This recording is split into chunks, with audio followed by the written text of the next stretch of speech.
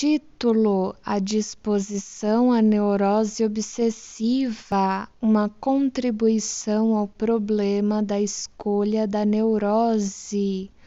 O problema de saber por que e como uma pessoa pode ficar doente de uma neurose acha-se certamente entre aqueles aos quais a psicanálise deveria oferecer uma solução, mas, provavelmente, será preciso encontrar primeiro solução para outro problema, mais restrito, a saber por que é que esta ou aquela pessoa tem de cair enferma de uma neurose específica e de nenhuma outra.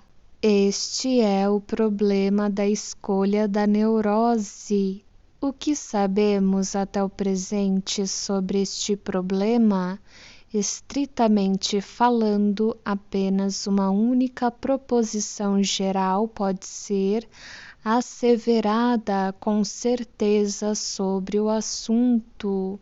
Lembrar-se-á que dividimos os determinantes patogênicos que estão envolvidos nas neuroses em aqueles que uma pessoa traz consigo para a sua vida e aqueles que a vida lhe traz, o constitucional e o acidental, mediante cuja operação combinada somente o determinante patogênico é, via de regra, estabelecido.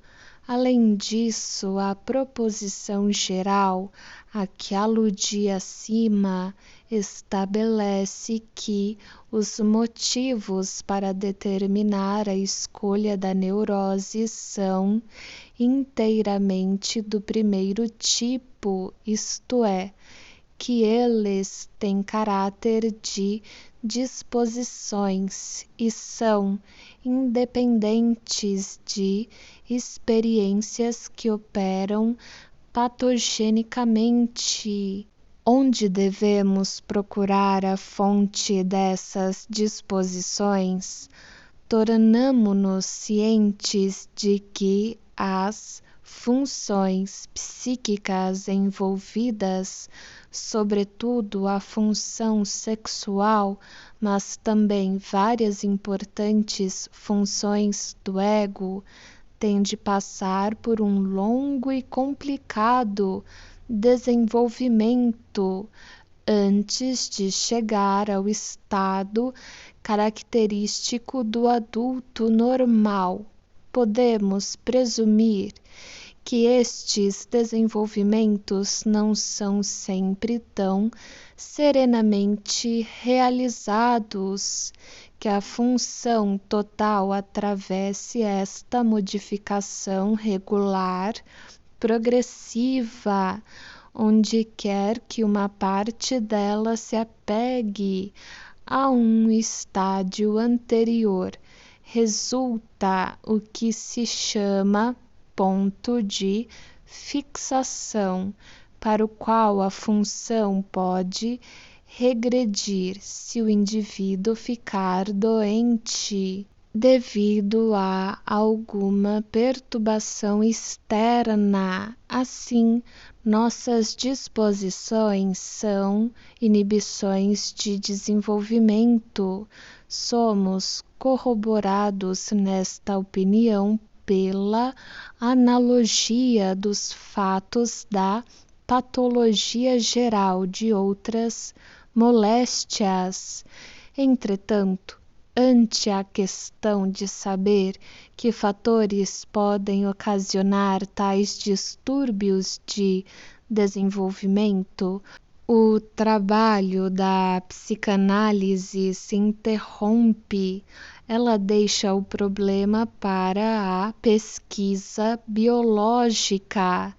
Já há alguns anos arriscamo-nos, com o auxílio destas hipóteses, a abordar o problema da escolha da neurose, nosso método de trabalho que visa descobrir condições normais pelo estudo de suas perturbações, levou-nos a adotar uma linha de ataque muito singular e inesperada, a ordem em que as principais formas de psiconeurose são geralmente enumeradas: travessão, histeria, neurose obsessiva, paranoia, demência precoce, travessão. Corresponde, ainda que não de modo inteiramente exato, à ordem das idades em que o desencadeamento destas perturbações ocorrem. Formas histéricas de doença podem ser observadas mesmo na mais primitiva infância. A neurose obsessiva geralmente apresenta seus primeiros sintomas no segundo período da infância, entre as idades de 6 e 8 anos, enquanto as outras duas psiconeuroses que reuni sob o título de parafrenia não aparecem senão depois da puberdade e durante a vida adulta. Estes distúrbios, travessão, os últimos a sugerir, travessão, foram os primeiros a se mostrar acessíveis à nossa indagação sobre as disposições que resultam na escolha da neurose. As características peculiares a ambos, travessão, megalomania, afastamento do mundo dos objetos, dificuldade aumentada na transferência, travessão, obrigaram-nos a concluir que sua fixação disposicional deve ser procurada num estádio de desenvolvimento libidinal, antes de a escolha objetal ter-se estabelecido, travessão, isto é, na fase do autoerotismo e do narcisismo.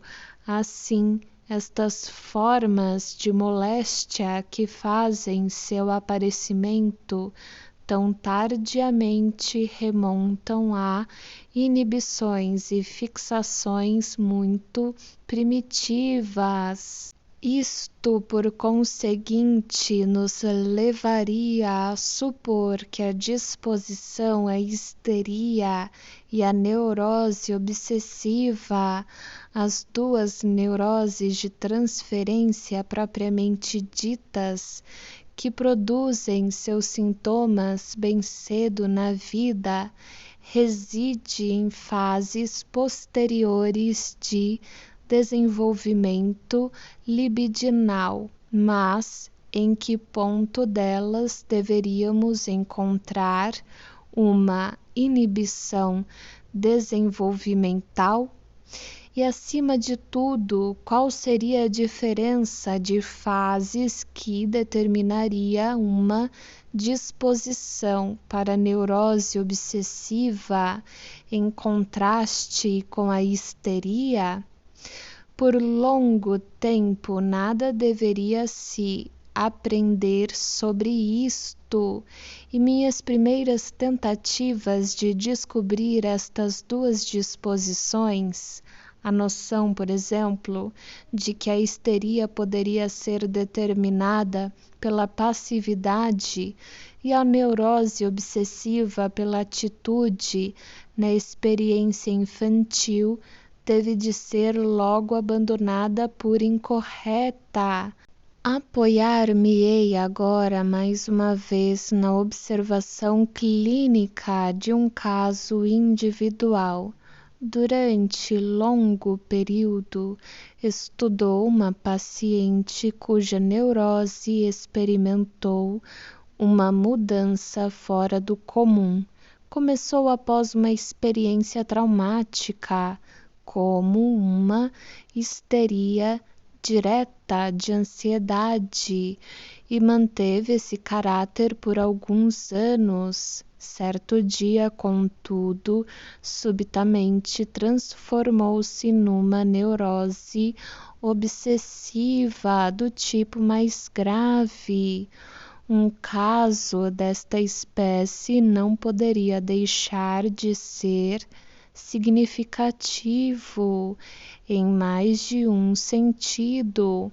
Por um lado, poderia talvez reivindicar ser encarado como um documento bilingual e demonstrar como um conteúdo idêntico pode ser expresso pelas duas neuroses em linguagens diferentes. Por outro lado, ameaçava contradizer completamente nossa teoria de que a disposição origina-se da inibição do desenvolvimento, a menos que estivéssemos preparados para aceitar a suposição de que uma pessoa poderia possuir congenitamente mais de um ponto fraco em seu desenvolvimento libidinal.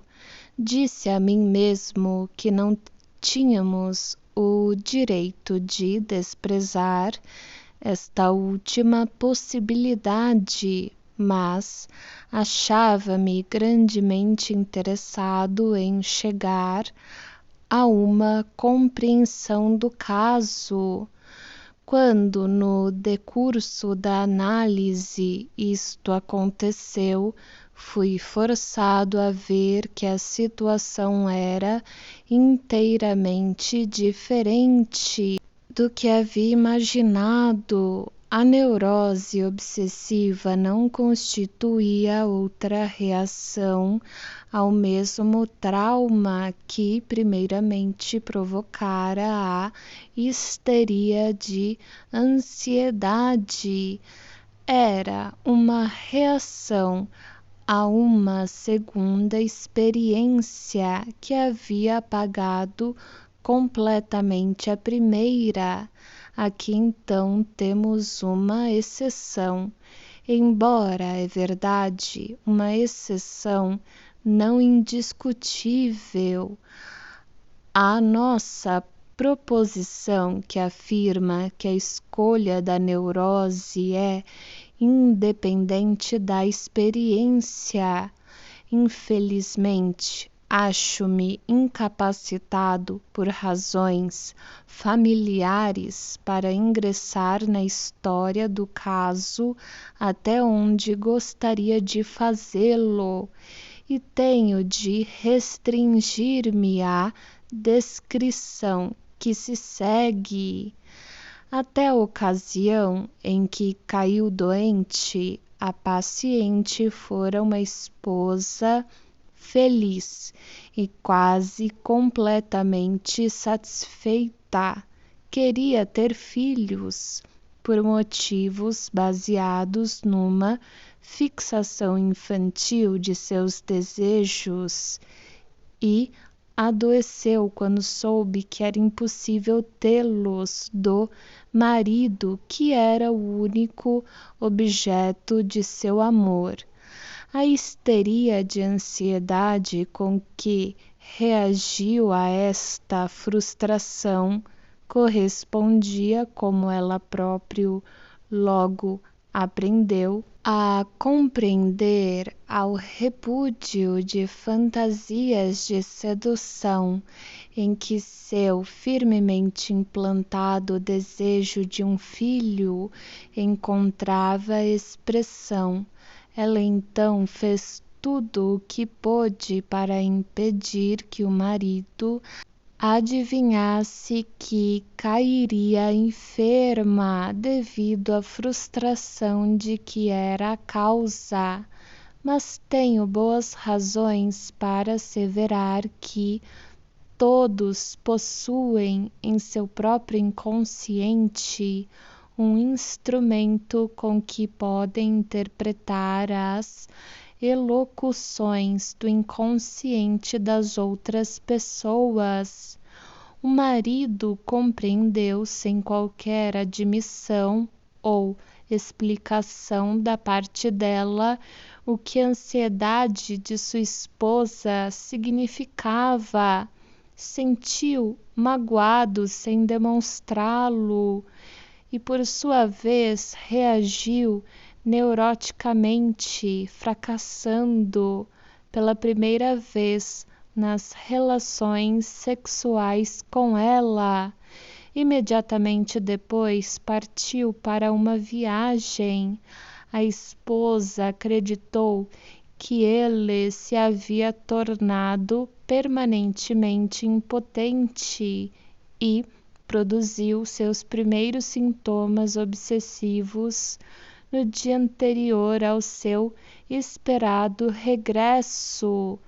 O conteúdo de sua neurose obsessiva era uma compulsão por lavagem e limpeza escrupulosas, bem como medidas protetoras extremamente enérgicas contra danos graves que pensava que outras pessoas tinham razão para temer dela, isto é, formações reativas contra seus próprios impulsos anal-eróticos e sádicos. Sua necessidade sexual foi obrigada a encontrar expressão nestas formas após sua vida genital ter perdido todo o valor devido à impotência do único homem que lhe poderia importar. Este é o ponto de partida do pequeno e novo fragmento da teoria que formulei. Naturalmente, é apenas na aparência que ela se baseia nesta observação determinada. Na realidade, reúne grande número de impressões anteriores, embora uma compreensão delas só tenha sido possibilitada por esta última experiência. Disse a mim mesmo que meu quadro esquemático do desenvolvimento da função libidinal exigia uma inserção suplementar. Para começar, havia apenas distinguido primeira a fase do autoerotismo, durante a qual os instintos parciais do indivíduo, cada um por sua conta, buscam a satisfação de seus desejos no próprio corpo e depois a combinação de todos os instintos componentes para a escolha de um objeto sob a primazia dos órgãos genitais a agir em nome da reprodução. A análise das parafrenias, como sabemos, tornou-se necessária a inserção entre elas de um estádio de narcisismo, durante o qual a escolha de um objeto já se realizou, mas esse objeto coincide com o próprio ego do indivíduo, e agora vemos a necessidade de outro estádio ainda a ser inserido antes que a forma final seja alcançada, um estágio no qual os instintos componentes já se reuniram para a escolha de um objeto e este objeto já é algo extrínseco em contraste com o próprio eu, self, do sujeito, mas no qual a primazia das zonas genitais ainda não foi estabelecida. Pelo contrário, os instintos componentes que dominam esta organização pré-genital da vida sexual são anal erótico e o sádico. Estou ciente de que tais hipóteses soam estranhas a princípio. É somente descobrindo suas relações com nosso conhecimento anterior que elas se nos tornam familiares e no final é muitas vezes suas sinas serem encarados como inovações menores e há muito tempo previstas. Voltemo-nos, portanto, com previsões como estas para um exame da organização sexual pré-genital. A. O papel extraordinário desempenhado por impulsos de ódio e erotismo anal na sintomatologia da neurose obsessiva já impressionou muitos observadores e foi recentemente enfatizado com particular clareza por Ernest Jones, 1913. Isto decorre diretamente de nossa hipótese. Se supomos que nessa neurose os instintos componentes em apreço mais uma vez assumiram a representação dos instintos genitais, dos quais foram precursores no processo de desenvolvimento. Neste ponto, ajunta-se uma parte de nossa história clínica que até agora havia escondido. A vida sexual da paciente começou em sua mais remota infância com fantasias de espancamento. Após estas haverem sido suprimidas, estabeleceu-se um período de latência inusitadamente longo, durante o qual passou por um período de crescimento moral exaltado, sem qualquer despertar das sensações sexuais femininas. O casamento, que se realizou muito cedo, iniciou uma época de atividade sexual normal. Este período, durante o qual ela foi uma esposa feliz, continuou por vários anos, até que sua primeira grande frustração provocou a neurose histérica. Quando isto foi seguido pela perda de valor de sua vida genital, a vida sexual, como já disse, retornou ao estádio infantil do sadismo. Não é difícil determinar a característica que distingue este caso de neurose obsessiva daqueles mais frequentes que começam bem cedo e depois seguem um curso crônico com exacerbações de tipo mais ou menos marcante. Nestes outros casos, uma vez estabelecida a organização sexual que contém a disposição à neurose obsessiva, ela depois nunca mais é completamente superada. Em nosso caso, para começar, ela foi substituída pelo estágio mais alto de desenvolvimento e depois reativada por regressão a partir deste último. B. Se desejamos colocar nossa hipótese em contato com linhas biológicas de pensamento, não devemos esquecer que a antítese entre masculino e feminino, que é introduzida pela função reprodutora, não pode ainda estar presente no estádio da escolha objetal pré-genital. Encontramos em seu lugar antítese entre tendências com objetivo ativo e com objetivo passivo, a qual posteriormente se torna firmemente ligada à existente entre os sexos.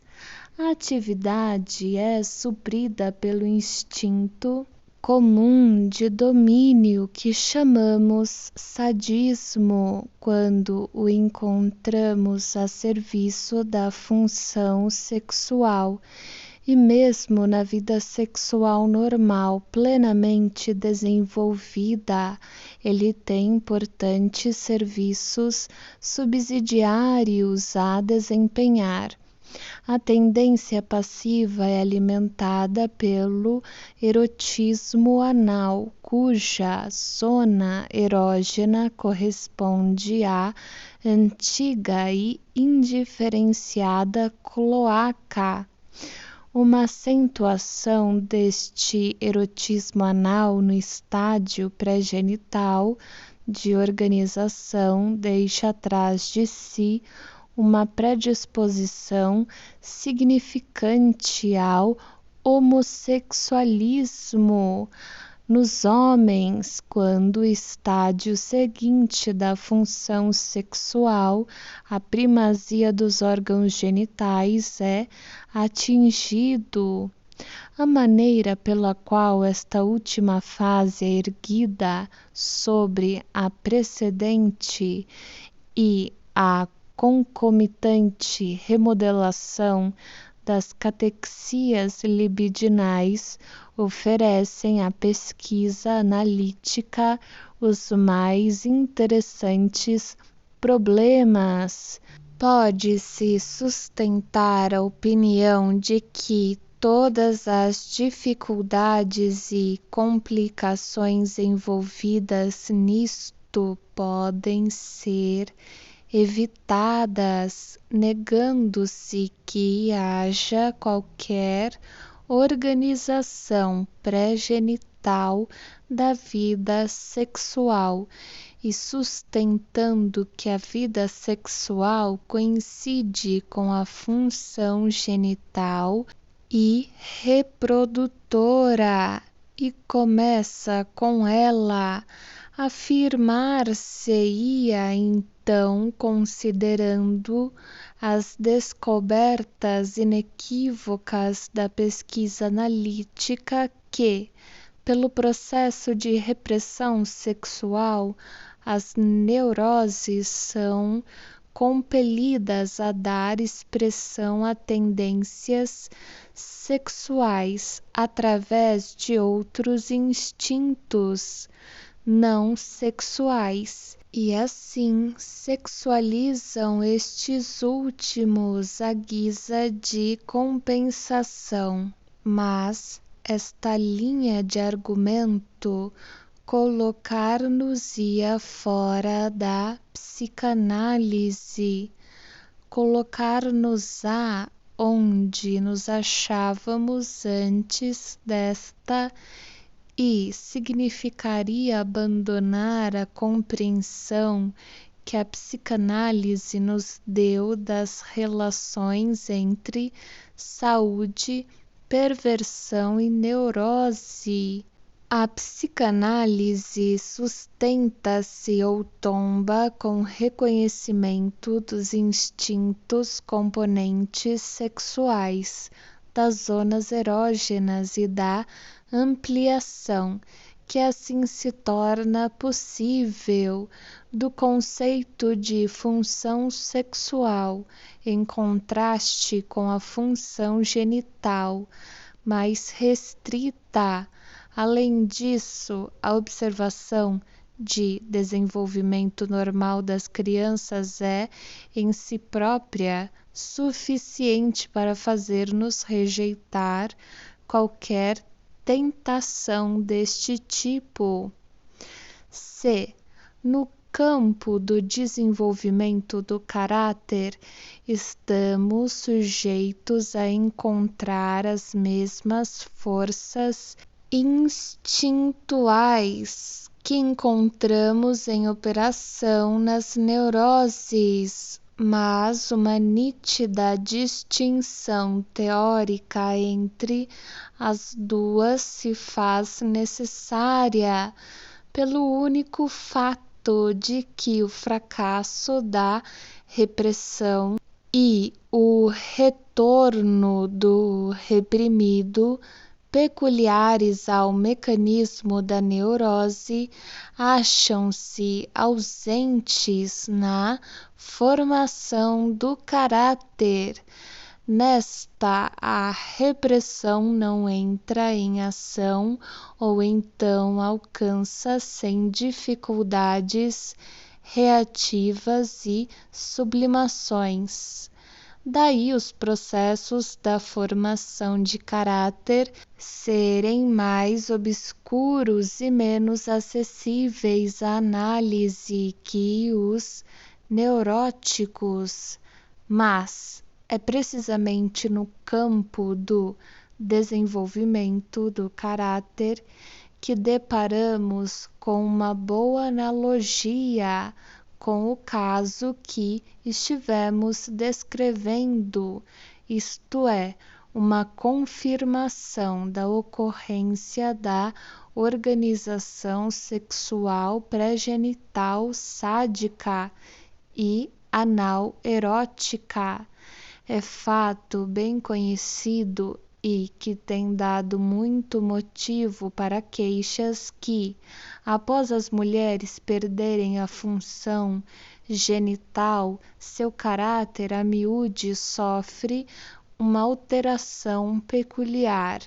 Tornam-se briguentas, irritantes, despóticas, mesquinhas e sovinas, o que equivale a dizer que apresentam tipicamente traços sádicos e anal-eróticos que não possuíam antes durante seu período de feminilidade. Os autores de comédias e os satiristas em todas as épocas dirigiram suas invectivas contra o velho dragão, no qual a moça encantadora, a esposa, amante e a terna mãe se transformaram. Podemos ver que esta alteração de caráter corresponde a uma regressão da vida sexual ao estádio pré-genital sádico e anal erótico, na qual descobrimos a disposição à neurose obsessiva.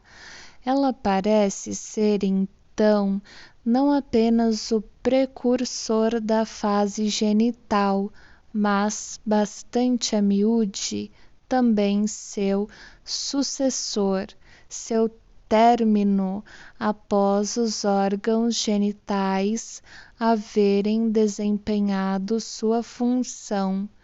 Uma comparação entre tal mudança de caráter e a neurose obsessiva é muito impressionante.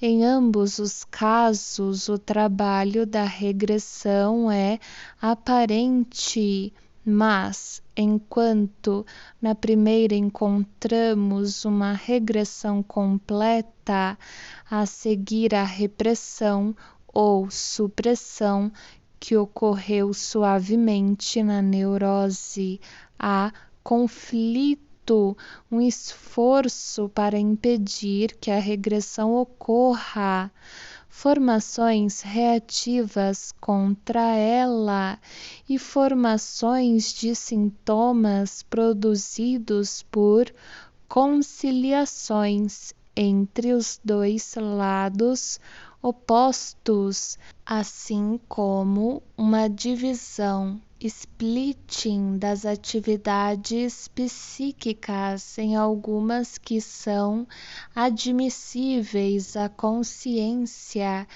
e outras que são inconscientes. D. Nossa hipótese de uma organização sexual pré-genital é incompleta sob dois aspectos. Em primeiro lugar, não leva em consideração o comportamento de outros instintos, componentes com referência aos quais há muita coisa que valeria o exame e a discussão, e contenta-se com acentuar a marcante primazia do sadismo e do erotismo anal. Em particular, ficamos sempre com a impressão de que o instinto do conhecimento pode realmente tomar o lugar do sadismo no mecanismo da neurose obsessiva. Na verdade, ele é, no fundo, uma ramificação sublimada do instinto de domínio, exaltado em algo intelectual, e seu repúdio sob a forma de dúvida desempenha grande papel no quadro da neurose obsessiva. A segunda lacuna em nossa hipótese é muito mais importante. Como sabemos, a disposição desenvolvimental a uma neurose só é completa se a fase do desenvolvimento do ego em que a fixação ocorre é levada em consideração, assim como a de libido, mas nossa hipótese só se relacionou com a última e, portanto, não inclui todo o conhecimento que deveríamos exigir. Os estádios de desenvolvimento dos instintos do ego são, nos presentemente, muito pouco conhecidos. Só sei de uma tentativa altamente promissora feita por Ferenczi, 1913, de abordar estas questões. Não posso dizer se pode parecer muito precipitado se, com base nas indicações que possuímos, sugiro a possibilidade que uma ultrapassagem cronológica do desenvolvimento libidinal pelo desenvolvimento do ego deve ser incluída na disposição à neurose obsessiva.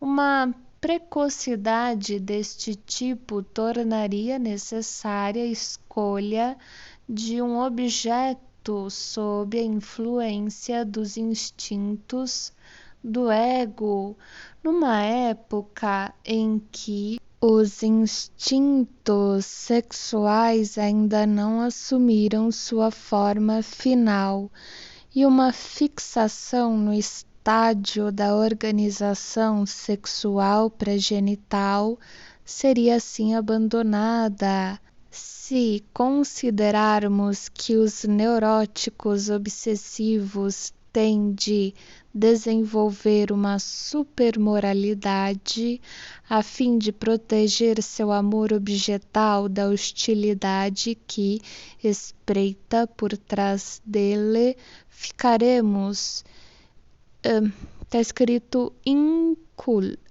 INCL, que na ordem de inados a considerar um certo grau desta precocidade de desenvolvimento do ego como típico da natureza humana e derivar a condição para a origem da moralidade do fato de desenvolvimento. O ódio é o precursor do amor. É este talvez o significado de uma assertiva da autoria de Steckel, 1911, que na ocasião achei incompreensível, de que o ódio e não o amor é a relação emocional primária entre os homens. E decorre do que foi dito que resta para a histeria uma relação íntima com a fase final do desenvolvimento libidinal, que se caracteriza pela primazia dos órgãos genitais e pela introdução da função reprodutora. Na neurose histérica, esta aquisição acha-se sujeita à repressão, que não implica regressão ao estádio pré-genital. A lacuna na determinação da disposição, devido à nossa ignorância do desenvolvimento do ego, é ainda mais evidente aqui do que na neurose obsessiva. Por outro lado, não é difícil demonstrar que uma outra regressão a um nível mais primitivo ocorre também na histeria. A sexualidade das crianças do sexo feminino é, como sabemos, dominada e dirigida por um órgão masculino, o clitóris, e a miúde se comporta como a sexualidade dos meninos. Esta sexualidade masculina tem de ser abandonada mediante uma última onda de desenvolvimento na puberdade, e a vagina, órgão derivado da cloaca, tem de ser elevada à zona erógena dominante. Ora, é muito comum na neurose histérica que esta sexualidade masculina reprimida seja reativada e então que a luta defensiva por parte dos instintos egocintônicos seja dirigida contra ela. Mas parece-me cedo demais para ingressar aqui num debate dos problemas da disposição à histeria.